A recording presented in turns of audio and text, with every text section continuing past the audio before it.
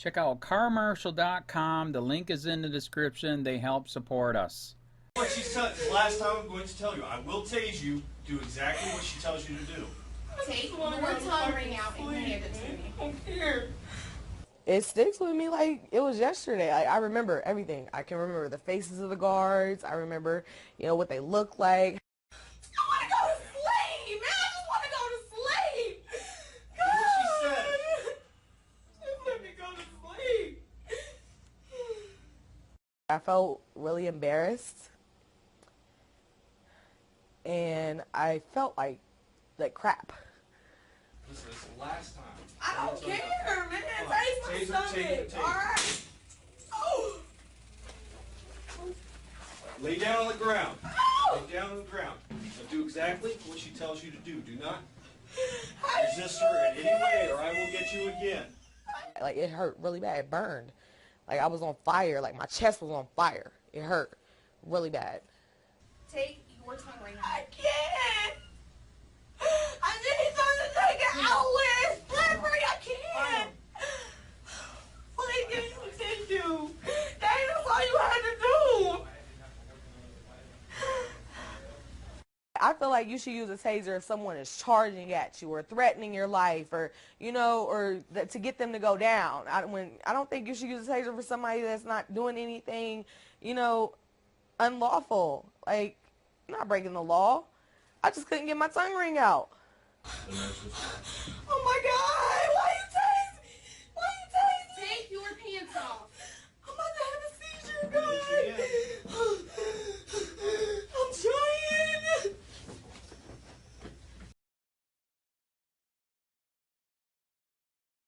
Watch, sadistic cops torture innocent pregnant woman with taser, causing a miscarriage.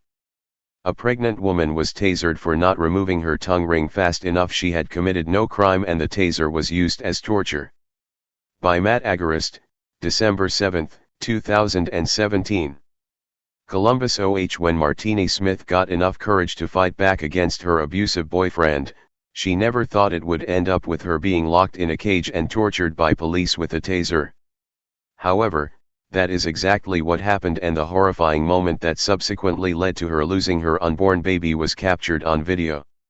Smith was half naked, standing in a concrete cell in Franklin County Jail when Corporal Matthew Stice shot her in her chest with his taser.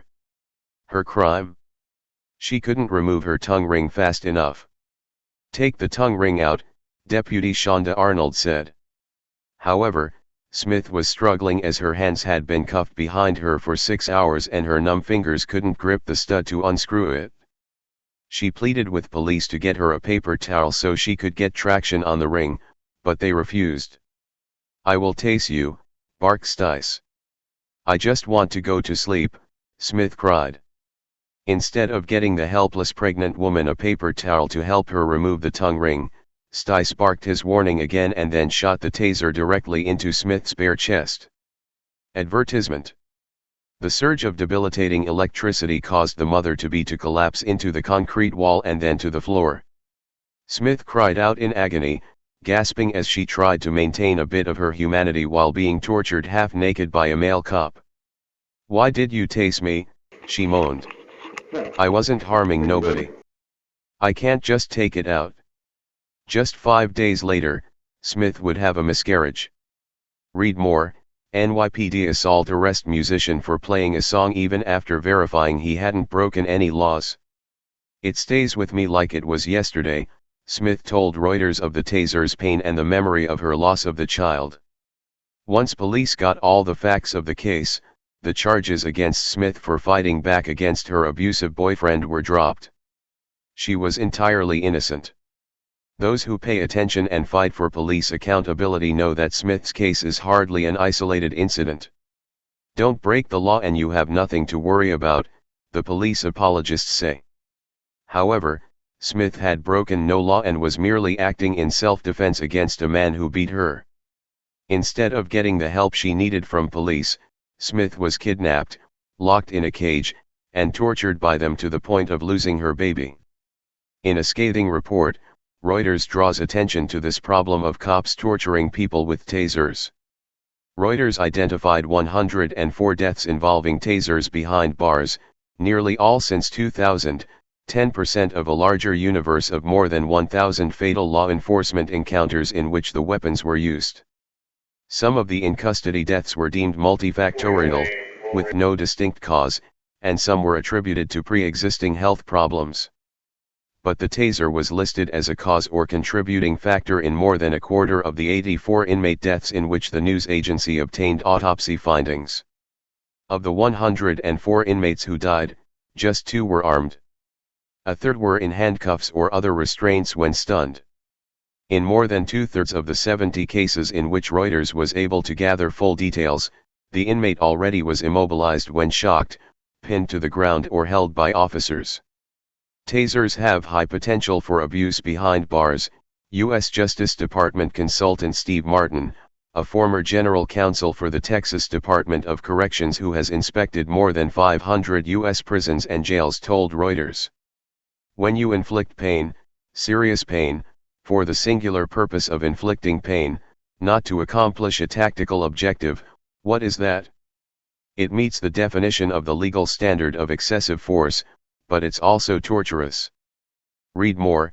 Family dials 9-1-1 to get medical help for a family member.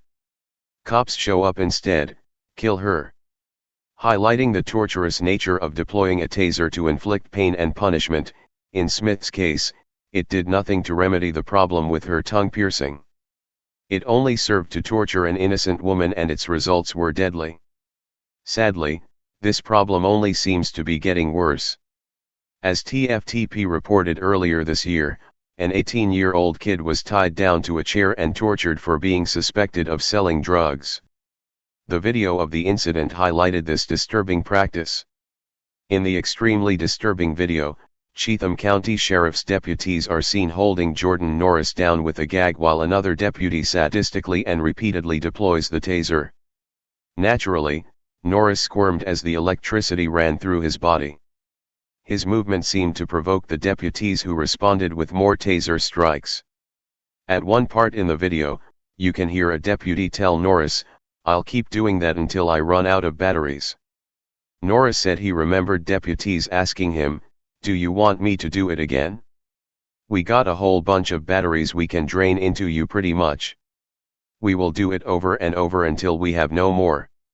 When Norris was released from prison, he was covered in burn marks from the taser. Somehow he made it through the torture without his heart stopping. Please share this story with others so that attention can be given to this horrifying torture taking place across the country at the hands of our ostensible protectors.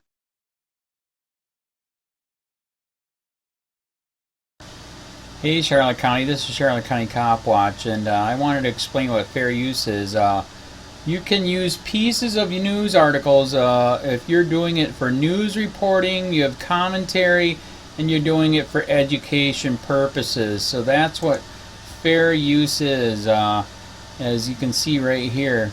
Another reason why I wanted to make this video is to let you know I have just joined with Patreon. A nice thing with Patreon, I make no money on YouTube. They took the money away years ago, and so this is another way to give, and it's a nice thing too, because you can give monthly.